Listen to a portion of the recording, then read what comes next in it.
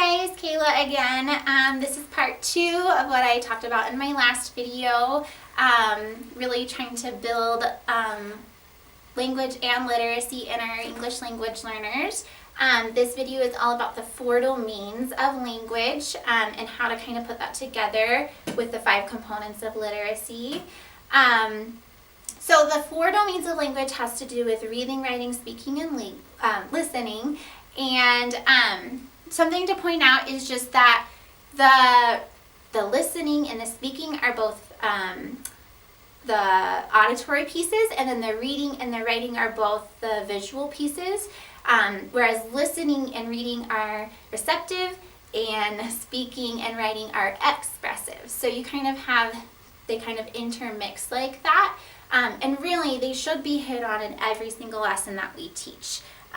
So yes, maybe the components, we don't hit every single component in every lesson because there's so much, but like if you're teaching a lesson on comprehension, they can hit all 4 domains in that one lesson. They can be reading, they can be listening, they can be speaking, they can be writing.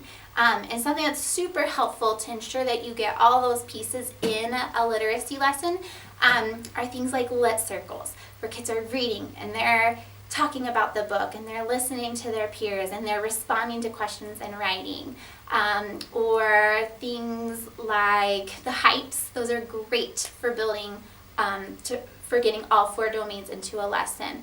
And plus the hypes and even the literature circles have a lot of academic discourse things that you can do within them to give students that practice of speaking in complete sentences and restating a question like we want them to be able to do. And I think that close reading piece of having them, think of how to restate a question and then go back into the text to find the answer and proving their answer is really important. I'm already starting to build that with my 2nd graders so that they're ready for CMAS. And I think that's just super important for us to be doing as much as we can, because you can hit on so many pieces within that kind of a lesson.